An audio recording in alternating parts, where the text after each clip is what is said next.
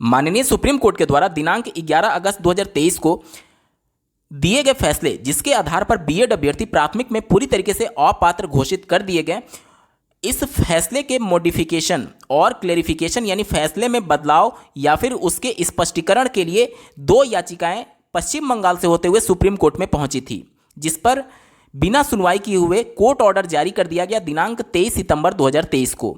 ये court order जानना और समझना आपके लिए बेहद जरूरी है, क्योंकि ये डायरेक्टली उन राज्यों की होने वाली शिक्षक भर्ती पर इंपैक्ट डाल रहा है जो कि अभी ऑनगोइंग प्रोसेस में है, जैसे कि पश्चिम बंगाल, बिहार, छत्तीसगढ़ और मध्य प्रदेश। इन राज्यों में हो रही जो भर्ती प्रक्रिया डायरेक्टली उसका इंपैक्ट, इस कोर्ट ऑर्डर का इंपैक्ट उस पर पड़ने जा रहा है। इसके अलावा बीएड अभ्यर्थियों के लिए अब भविष्य में क्या विकल्प हैं, उनके पास क्या संभावना है, उसके बारे में भी ये कोर्ट ऑर्डर काफ़ी हद तक स्पष्ट कर देता है। तो चाहे आप डीएलएड से संबंधित है या फिर बीएड से संबंधित है, दोनों के लिए ये वीडियो देखना आपके लिए बेहद जरूरी है, क्योंकि आप गलत डायरेक्शन में जाकर के कहीं अपना समय तो नहीं बर्बाद कर रहे हैं।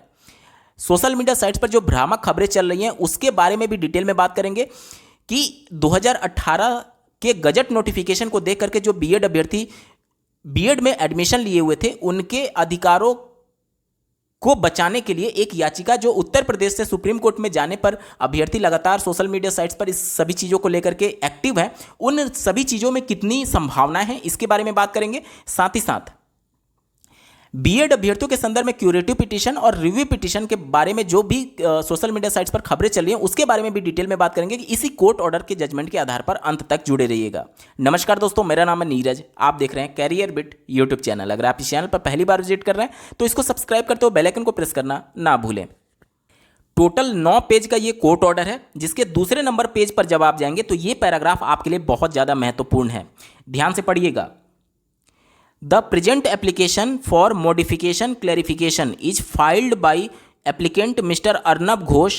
The prayer made is to modify the judgment date 11 August 2023 passed in CA number 5068 of 2023 by clarifying that the appointment to the post of primary school teacher shall be made as per the recruitment notification issued prior thereto।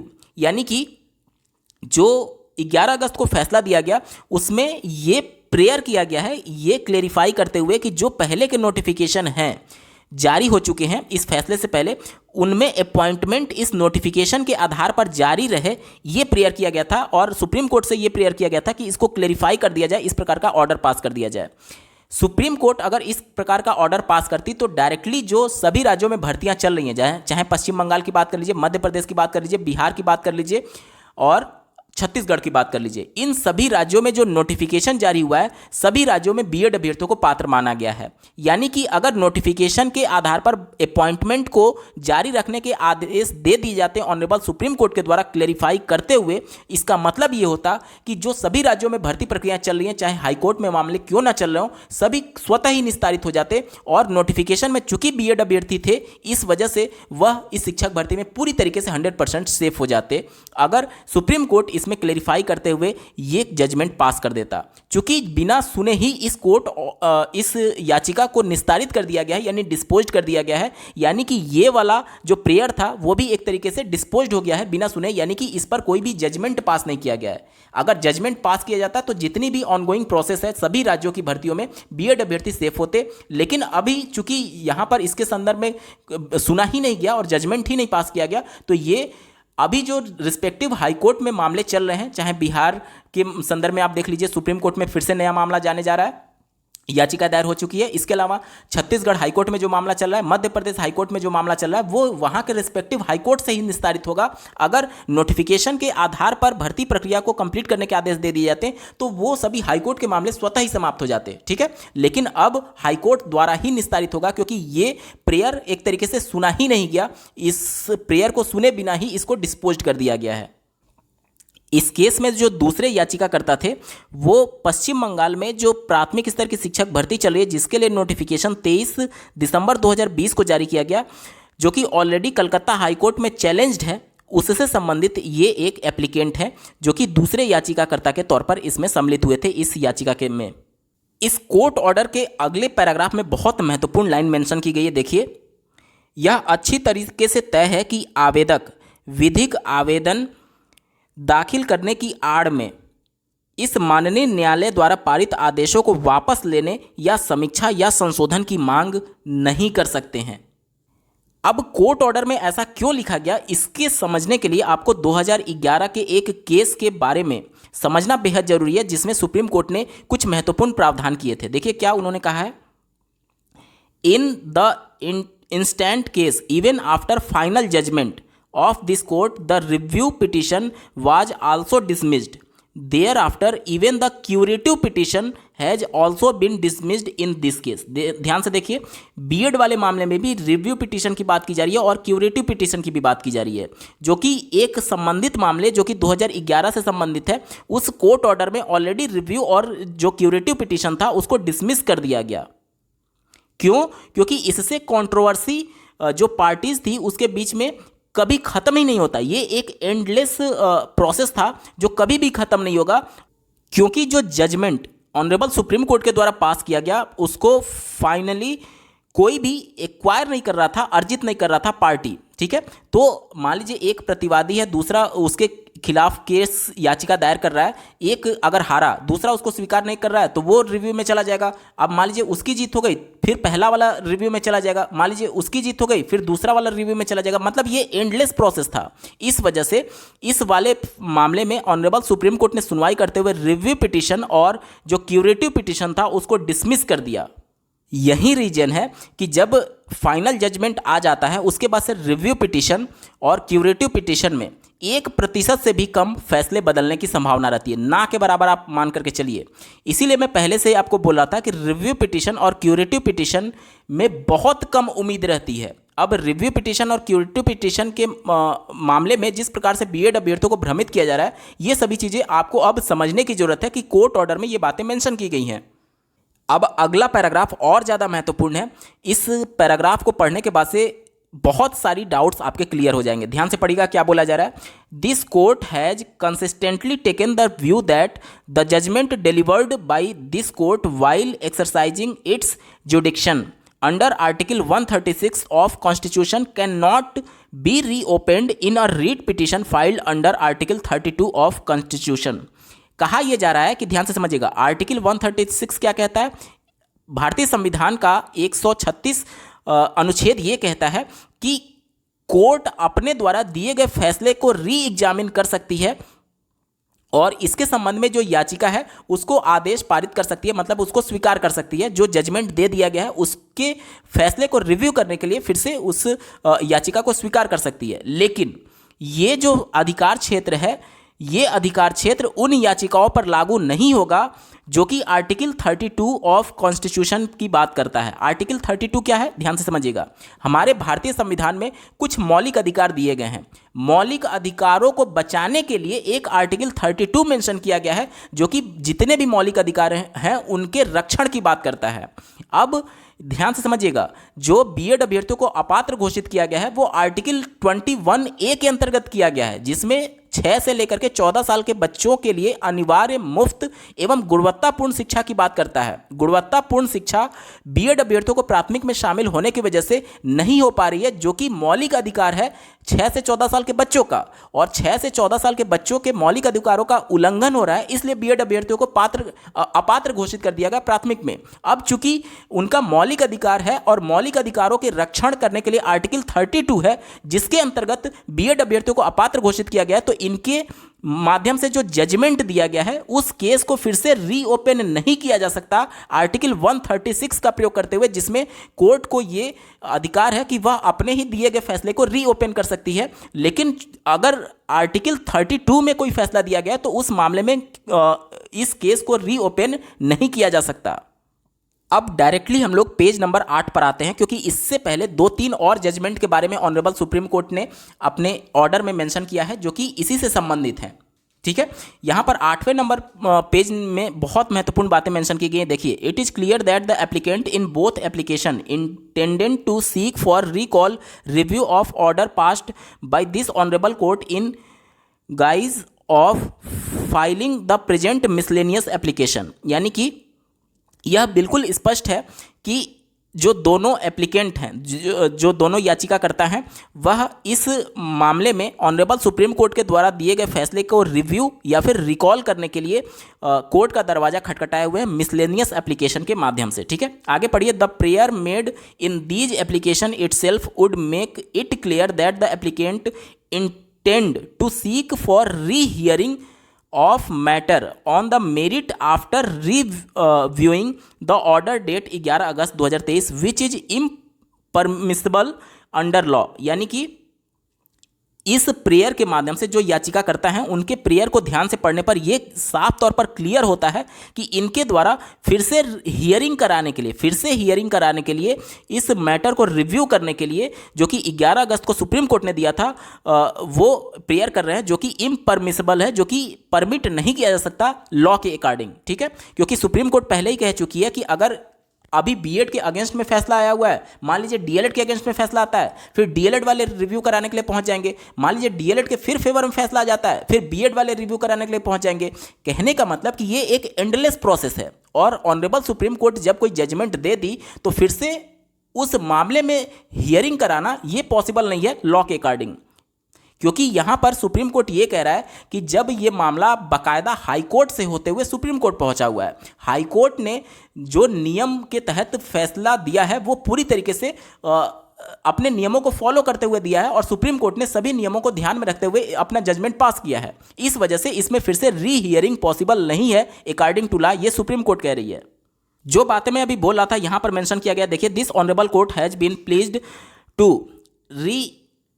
reiterate the law and confirm the judgment passed by the Honorable Rajasthan High Court and necessary consequence would follow. The applicant intend to re-agitate the matter by filing miscellaneous application for clarification modification which cannot be permitted under law। ठीक है, the other applicant who are aspirant to the post of primary school teacher in West Bengal Education Board were not party and even according to their application their challenge is pending before the Honorable Calcutta High Court। यानी कि जो दूसरे applicant हैं, इसमें याचिका करता है, वो इसमें पार्टी नहीं थे और उनका मामला जो है ऑलरेडी कलकत्ता हाई कोर्ट में चैलेंज्ड है। देखिए, पेंडिंग है, यहाँ पर पेंडिंग बताया जा रहा है। अगले पैराग्राफ में भी यहाँ पर वही बातें मेंशन की गई हैं कि no application seeking for review recall modification of the order judgment is maintainable since the same is not envisaged in law when the said principle are applied to the present application it is clear that the applicants are attempting to agitate the issue and obtained indirectly which could not be obtained directly from this honorable court। There are absolutely no reasonable ground made out by the applicants to entertain these applications। यानी कि honourable supreme court कह रहा है there are absolutely no reasonable ground, यानी कोई भी धरातल नहीं मिला कोर्ट को कि वह इस मामले में फिर से एक तरीके से उनके एप्लीकेशन को इंटरटेन करें, यानी कि उनके एप्लीकेशन पर फिर से सुनवाई करें। अंतिम पैराग्राफ में अपने पूरे फैसले को कंक्लूड करते हुए उन्होंने ये कहा है, for all these reasons I refuse, I कौन, registrar of honourable supreme court, उन्होंने कहा आई रिफ्यूज मतलब कि मैं अस्वीकार करता हूं to receive the present application, जो याचिकाकर्ता का एप्लीकेशन है उसको रिसीव करने से यानी प्राप्त करने से अस्वीकार कर देता हूं। As it does not disclose any reasonable cause for being entertained accordingly it is ordered to be lodged under the provision of order 15 rule 5 of Supreme Court Rule 2013। तो 2013 के या ये एक रूल है जिसके अंतर्गत वो इसको अस्वीकार कर रहे हैं। उन्होंने प्रॉपर रीजन दिया है कि क्यों अस्वीकार कर दिया है। ठीक है, और साथ ही साथ जो भी इसमें पार्टीज थे और जो भी एडवोकेट थे उनको प्रमुखता से इसके बारे में अवगत कराने के लिए बोला है। ठीक है, तो ये पूरा जजमेंट का कॉपी है। अब इस पूरे जजमेंट को आप ध्यान से समझेंगे तो आपको पूरा जो सोशल मीडिया साइट्स पर रिव्यू पिटीशन को, क्यूरेटिव पिटीशन को लेकर के जो माहौल बन रहा था वो चीज़ें स्पष्ट हो चुकी होंगी कि एक तो कोर्ट ये बोल रही है कि आर्टिकल 32 के अंतर्गत जो जजमेंट दिया जा चुका है, यानी कि जो मौलिक अधिकारों के रक्षण के लिए आर्टिकल है, यानी कि मौलिक अधिकारों के अंतर्गत अगर कोई फैसला दिया गया है तो 136 के अंतर्गत उस केस को फिर से रीओपन नहीं किया जा सकता। पहला तो ये मामला हो गया। दूसरा, ऑनरेबल सुप्रीम कोर्ट ये कह रही है कि 2011 में एक ऐसा जजमेंट दिया गया जिसमें अगर कोई फाइनल तौर पर सभी मामलों को सुन करके जजमेंट दे दिया गया जिसमें पूरा प्रॉपर चैनल से आ रहा है, जैसे कि पहले ये मामला पहले सिंगल बेंच में गया, उसके बाद से डबल बेंच में गया, उसके बाद से सुप्रीम कोर्ट में पहुंचा था।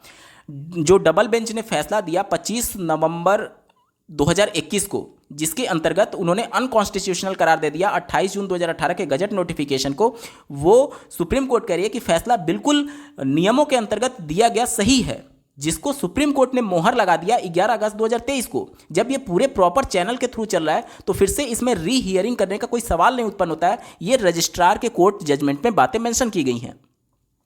तो जो संभावनाएं लेकर के बीएड अभ्यर्थियों को भ्रमित किया जा रहा था, उन संभावनाओं को खारिज करता है ये कोर्ट ऑर्डर। साथ ही साथ यहाँ पर जो बातें सोशल मीडिया साइट्स पर उत्तर प्रदेश से निकल करके आ रही हैं कि 2018 के गजट नोटिफिकेशन को देखते हुए जो बीएड में प्रवेश लिए थे उनके अधिकारों की रक्षा के लिए एक याचिका दायर की जाएगी और आने वाले भविष्य में प्राथमिक स्तर की शिक्षक भर्ती में इनको अलाउ किया जाएगा रिलैक्सेशन दे ला करके या फिर कैसे भी कर करके। तो इसके लिए भी देखिए, अगर कोर्ट में जाएंगे तो उसके लिए कोई ग्राउंड नहीं है। क्यों ग्राउंड नहीं है, ध्यान से समझिएगा। एक पॉइंट ये बताया जा रहा है कि राइट टू लाइफ को लेकर के कि उनको भी जीने का अधिकार है। इस हिसाब से उनके अधिकार रहेंगे तभी तो वो जिएंगे, ये बताया जा रहा है। देखिए ध्यान से समझिएगा, अगर आपके पास केवल एक विकल्प प्राथमिक होता तब आपके लिए राइट टू लाइफ वाला कंडीशन बनता। आपके पास केवल प्राथमिक नहीं है। जब आप इस याचिका को लेकर के सुप्रीम कोर्ट में या फिर किसी भी हाई कोर्ट में जाएंगे तो एनसीटी से फिर जवाब दाखिल करने के लिए पूछा जाएगा। एनसीटी बोलेगी कि बीएड 23 अगस्त 2010 के नोटिफिकेशन के हिसाब से प्राथमिक में पात्र नहीं था। उनके पास 6 से 8 की वैकेंसी है और टीजीटी पीजीटी की वैकेंसी है। इसके अलावा एलटी ग्रेड, इसके अलावा बीईओ और ये सभी वैकेंसीज हैं। तो भले ही उसमें वैकेंसी आए ना आए, कम आए अधिक आए, वो मैटर नहीं है। राइट टू लाइफ तब आपका लागू होता है जब आप केवल प्राइमरी में एलिजिबल होते और वो अधिकार आपसे छीन लिया गया रहता। आपसे प्राइमरी का अधिकार छीना नहीं गया है, वो एक एडिशनल एलिजिबिलिटी आपको दी गई थी 28 जून 2018 के गजट नोटिफिकेशन के हिसाब से। क्योंकि एनसीटी से जब अपना पक्ष पूछा जाएगा, एनसीटी से पूछा जाएगा कि क्या ये प्राथमिक के लिए एलिजिबल हैं, तो वो गजट नोटिफिकेशन के हिसाब से अपना पक्ष जरूर रखेंगे कि इनको बाद में अलाउ किया गया 28 जून 2018 के गजट नोटिफिकेशन के हिसाब से, जो कि एक एडिशनल एलिजिबिलिटी थी। इससे पहले ये 6 से लेकर के 12 तक की वैकेंसीज के लिए एलिजिबल थे। अन्य भर्तियों में ये राज्य सरकार इनको मौका देती है। तो राइट टू लाइफ यहां पर कहां लागू होगा? राइट टू लाइफ तो तब लागू होता ना जब आपके पास केवल एक ही विकल्प होता और वो विकल्प आपसे छीन लिया जाता। आपका अधिकार नहीं छीना गया है 28 जून 2018 गजट नोटिफिकेशन से। उस नोटिफिकेशन को जब आप पढ़ेंगे तो उसमें साफ शब्दों में मेंशन किया गया है कि इनके नियुक्ति पर विचार किया जाएगा। ध्यान से समझिए, उनके नियुक्ति पर विचार किया जाएगा। बाकी के नोटिफिकेशन को आप देखेंगे तो ये लाइन मेंशन नहीं की गई रहती है। यानी कि इससे ये स्पष्ट है कि ये एडिशनल एलिजिबिलिटी उनको दिया गया था, जो कि एडिशनल एलिजिबिलिटी सिर्फ वापस लिया गया है, उनका अधिकार नहीं छीना गया है। उनके पास जितने मौके थे वो तो पहले से हैं और बाकी जो एडिशनल दिया गया था सिर्फ वो वापस ले लिया गया ऑनरेबल सुप्रीम कोर्ट के जजमेंट के आधार पर। इसके अलावा जिनका सब्जेक्ट कॉम्बिनेशन नहीं बन रहा है या फिर जो बीटेक करके बीएड में प्रवेश लिए हुए हैं, उनको लेकर के अगर कोर्ट में जाते हैं तो फिर कोर्ट उन्हीं के उल्टा फटकार लगा सकती है। क्योंकि आप इतना वहां पर अपने आप को केयरलेस रिप्रेजेंट कर रहे होंगे कि सुप्रीम कोर्ट आपके ऊपर ही कहीं ऐसा ना हो कि फटकार लगाने लगे, क्योंकि आप उस कोर्स में एडमिशन ले लिए हैं या फिर लेने जा रहे हैं जिसके लिए आप पात्र ही नहीं है। ये तो आपकी रिस्पॉन्सिबिलिटी है ना कि आप उस के हिसाब से पात्र हैं या नहीं, ये आपको तय करना था। यहां पर 28 जून 2018 का गजट नोटिफिकेशन जो है वो आपको एडिशनल एलिजिबिलिटी देता है। आपका मेन एलिजिबिलिटी तो आपका 6 से 12 तक का था ना, आपको एडिशनल एलिजिबिलिटी के अंतर्गत 28 जून 2018 के तहत मौका दिया गया था। आप मेन एलिजिबिलिटी आप अपना खुद नहीं देख रहे हैं कि आप उसके लिए एलिजिबल हैं या नहीं। सिर्फ एडिशनल एलिजिबिलिटी को देख करके अगर आपने बीएड में प्रवेश लिया तो ये आपके केयरलेस नेचर को रिप्रेजेंट करता है, जो कि सुप्रीम कोर्ट कई बार अपने फैसले में इस प्रकार से फटकार लगा चुकी है। आप ताज़ा उदाहरण ले लेंगे 2017 का जो यूपी टेट का मामला था, उसमें जो कैंडिडेट थे वो ओएमआर सीट सही से नहीं भरे थे, जिसकी वजह से उनका रिजल्ट पीएनपी ने रोक दिया था। वो अभ्यर्थी कोर्ट चले गए, कोर्ट ने उनको इस बात के लिए फटकार लगाया कि आप शिक्षक बनने जा रहे हैं और आप इतना केयरलेस कैसे हो सकते हैं कि आप सही से ओएमआर सीट नहीं भर पा रहे हैं। इसके अलावा कई ऐसी भर्ती प्रक्रियाएं हैं जिसमें ओएमआर की गलतियों को लेकर के जो कैंडिडेट हैं, चाहे बीएड के हों या फिर डीएलएड को, उनको कड़ी फटकार लगा चुकी है केयरलेस को लेकर के कि आप इतना केयरलेस कैसे हो सकते हैं। तो ये तो केयरलेस का मामला है ना कि जिस कोर्स में आप एडमिशन लेने जा रहे हैं उसके लिए आप एलिजिबल हैं या नहीं, आपने बिना सोचे उसमें एडमिशन ले लिया। बीटेक है और बीएड में एडमिशन ले लिया, आपका सब्जेक्ट कॉम्बिनेशन नहीं है और आपने बीएड में एडमिशन ले लिया। ये सभी चीज़ें आपको पहले से पता थी एनसीटी की गाइडलाइन के अनुसार कि आपका जो एलिजिबिलिटी है वो 6 से 12 है और जो प्राइमरी वाला है वो आपको एडिशनल एलिजिबिलिटी दिया गया था, और आपने मेन एलिजिबिलिटी बिना जांचे, बिना जांच परख किए, केयरलेस हो करके आपने एडमिशन लिया। तो ये आपके ऊपर ही ऑनरेबल कोर्ट एक तरीके से फटकार लगा सकती है कि ये पूरी तरीके से आपके केयरलेस होने का एक नज़ीर पेश करेगा कि अगर आप इस मामले को लेकर के कोर्ट में जाते हैं। इसके अलावा एक बात ये हो सकता है कि जो 28 जून 2018 का गजट नोटिफिकेशन है तो उसको देख करके जो बीएड किए हुए हैं अब तक जितने बीएड वाले अभ्यर्थी हैं उनको अलाउ कर दिया जाए। देखिए ये सभी चीज़ें भावनाओं से जुड़ी हुई हो सकती हैं और कोर्ट कभी भी भावनाओं को ध्यान में रख करके जजमेंट नहीं देता है। अगर इस प्रकार का होता तो जब 2018 में गजट नोटिफिकेशन जारी हुआ और 2010 में जो मेन वाला एलिजिबिलिटी था 23 अगस्त 2010 वाला, तो 10 से लेकर के और 2018 के बीच में 8-9 साल में जो डीएलएड अभ्यर्थी थे उनके साथ भी तो इस प्रकार का भावनात्मक चीज़ें जुड़ी हुई हैं। अगर वो कोर्ट में चैलेंज करने लगे कि इन 8-9 सालों में जो बीएड अभ्यर्थी प्राथमिक में चयनित हुए हैं उनके वजह से उनके अधिकारों का हनन हुआ है तो उनको बाहर करके हमें नियुक्ति दे दीजिए, तो ये सभी चीज़ें और उलझती चली जाएंगी। और यही तो मामला कोर्ट अपने जजमेंट में लिखा हुआ है कि अगर एक पक्ष संतुष्ट नहीं होता है तो वो फिर रिव्यू पिटीशन फाइल करेगा, दूसरा अगर संतुष्ट नहीं होता है वो फिर रिव्यू पिटीशन फाइल करेगा। तो ये एक एंडलेस प्रोसेस हो जाता है। इस वजह से एक बार जो सुप्रीम कोर्ट ने फाइनल जजमेंट दे दिया उसके बाद से उसको रीओपन करना बहुत मुश्किल है और रिव्यू और क्यूरेटिव पिटीशन के मामले में इसीलिए नगड़े के बराबर फैसले आते हैं। आपको ये वीडियो कैसा लगा कमेंट के माध्यम से जरूर बताइएगा और ऐसे ही महत्वपूर्ण अपडेट के लिए इस चैनल को सब्सक्राइब करना ना भूलें। इस वीडियो को देखने के लिए आपका बहुत बहुत धन्यवाद। भगवान करे आपका दिन शुभ हो।